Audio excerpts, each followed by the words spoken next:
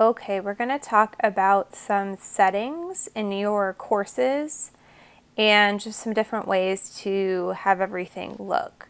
So there is the toolbar way over to the left. It's gray. It has like your account, your dashboard, your courses.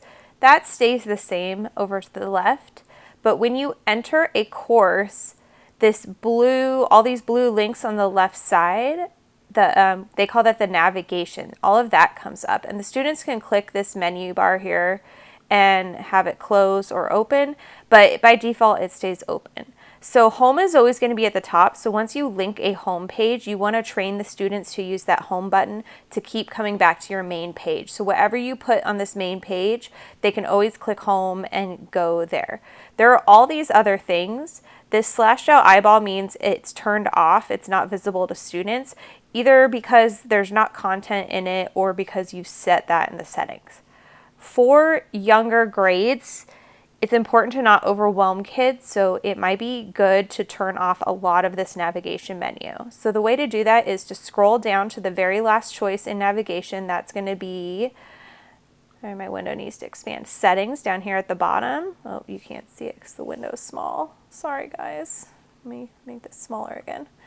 Settings down here, there we go, click it. And then in settings, it opens up 5 tabs across the top. So there's course details, sections, navigation, apps, and feature options. So course details is great. You can choose an image for the class. So this is when you go back to the dashboard and you see all those cards for all the courses, this is where you can make them look different. So right now all of mine are just solid colors, but if I wanted to choose an image here and maybe create an image on PowerPoint or in Canva or one of those other apps where you can create a banner or a button, you can create some sort of image here. Maybe this is your reading section and you want it to say reading and have a picture of a book and put something else that helps student identify that section. So that's how you change the image for the card. If you scroll down, you don't have to change any of the rest of this. Most of it's already been set for you. Not really anything else you change in there. If you do change that card, you want to update it down here when you change a setting. Next thing is sections. The only reason you would come in here is if you were cross-listing things, but again, you shouldn't be cross-listing things, maybe unless you're a specialist and you are cross-listing all of the courses in one grade level. So if you have 5 first grade sections, you may cross-list them all to one.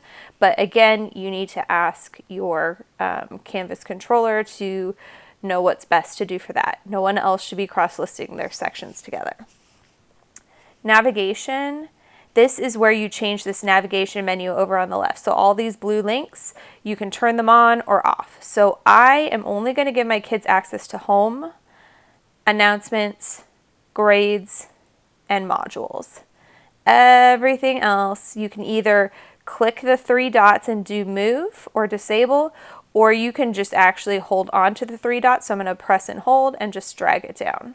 Same thing, discovery, press and hold, drag it down. Now, if you have other stuff you want your kids to have access to, all these things, that's fine. I do not want my kids to have access to them.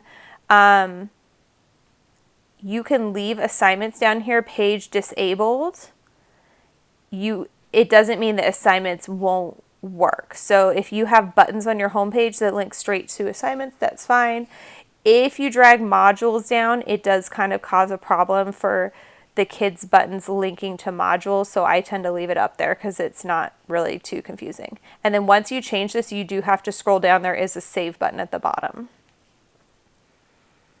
Let's see, we have apps. This is where you link all of the apps that play well with Canvas. So there's a lot of choices.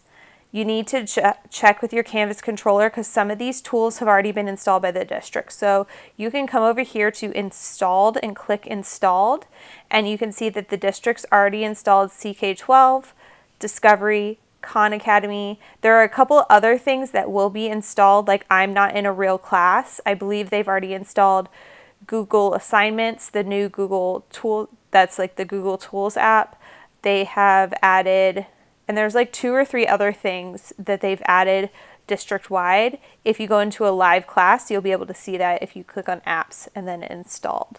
And then feature options, This is where you can change some of the settings of Canvas. I leave everything in here the same except for down near the bottom. The third from bottom choice is Canvas Elementary Theming. Okay, that's forced on. You used to be able to control that. What it does is over here on the left, you notice that the font looks a little bit more primary grades friendly. They do some nice theming with the text that the kids see on their Canvas. And again, there's no save button for that. So that is how you change the settings. One other thing I want to show you with settings is there's a bunch of settings off to the right. One of the most important buttons on the right is if you change settings and you want to see what that's going to look like for a student, you come over to the right and the second to last button is Student View. It's a pair of glasses. If you click that button, you can see how those changes will look once the kids log in. So right now, I haven't made a home page for this class, so there's nothing. There's no modules that have been defined, so my modules link isn't here because there's nothing in it.